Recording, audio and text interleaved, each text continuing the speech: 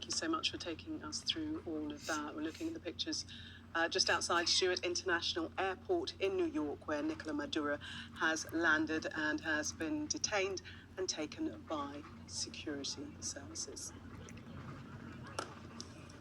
Good evening. It's 11 o'clock. Donald Trump says the US will run Venezuela until a safe transition can take place, following a large-scale military operation overnight in which the country's president and his wife were taken captive.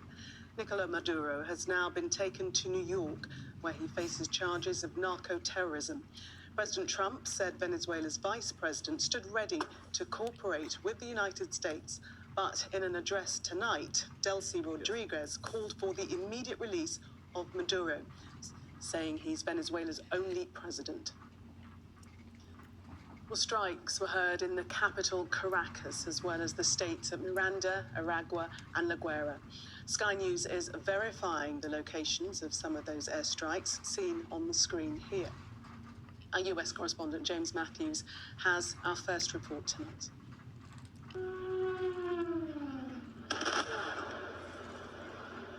This was Operation Absolute Resolve. The US used technology to turn off the lights in downtown Caracas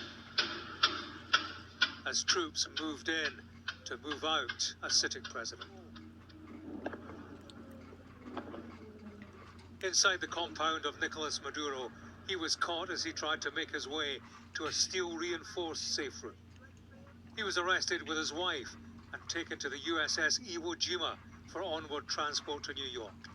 The man they call a narco-terrorist will face drug-running charges. It was an assault like people have not seen since World War II. Donald Trump didn't underplay the operational success. He'd watched from a situation room, makeshift, in Mar-a-Lago. Maduro, he said, had been bum-rushed by US forces as he tried to flee. For the Americans, it was a result, no question.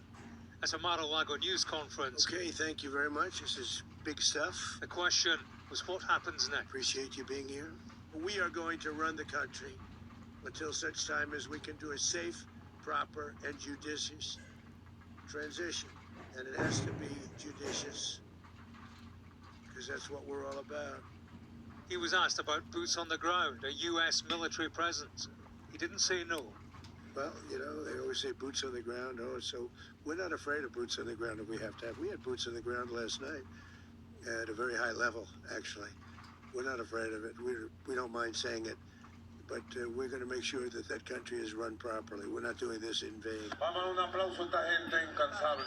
Maduro is the Venezuelan president long accused of authoritarianism, subverting democracy and abusing human rights. To the Trump administration, he's a narco-terrorist running drugs into the United States.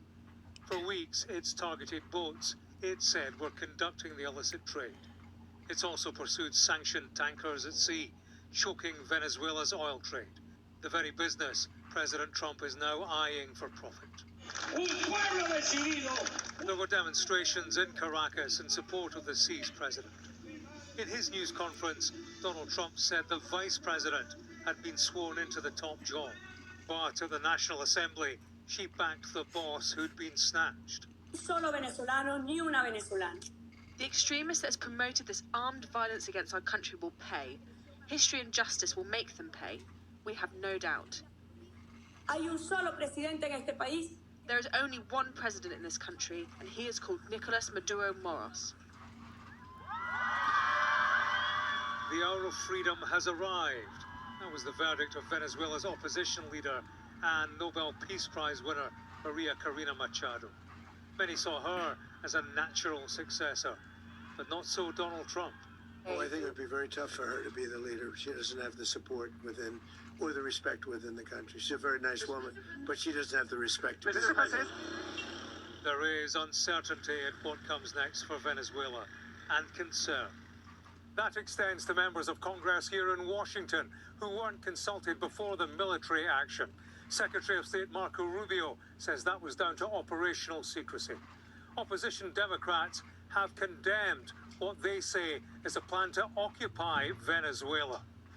In New York, the United Nations Secretary General has expressed a deep concern that international law could have been breached.